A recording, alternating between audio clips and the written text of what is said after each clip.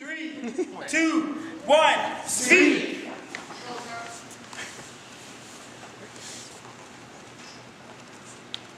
He was looking for a job, so I took him to a place that was hiring.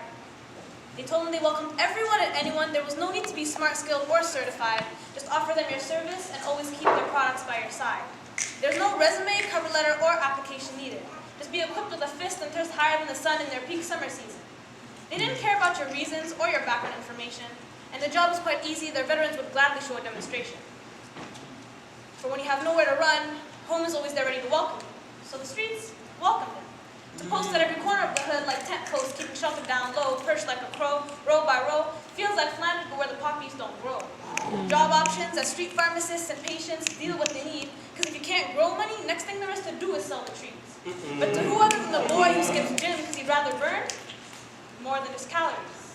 So he wastes all his allowances and salaries to pay the animals of the streets that lurk the concrete jungles where no one retreats. So now I'm forced to preach to crowds that won't listen. Some will get stuck in traffic.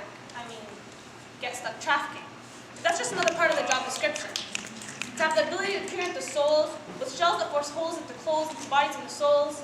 Working the streets just goes to show, even if his finger's off the trigger, there's always another gun ready to blow. And when the click, clap, bang, pow, screams are heard and grow louder as they try to stay on top of police cries, and as the siren lights get blurred, leaving your voice no longer heard. So I guess word on the streets fell on deaf ears, because there's still propaganda and people following in the footsteps of past footsteps that never really went anywhere. Unable to count the countless times he would know the treatment that your ears would recommend. So instead, he would walk with his head held high because it matched his feelings at the time. Using his snapback's backstrap, used to keep track of all the bullets he kept held back, but he was not feeling for another hat. He kept track of all the people he triggered without closing his finger on the trigger, but yet his hand was always kept cocked back. Walking the concrete battlefields in his Air Force Ones, aiming hard in the streets, but a part of the streets is what he's become.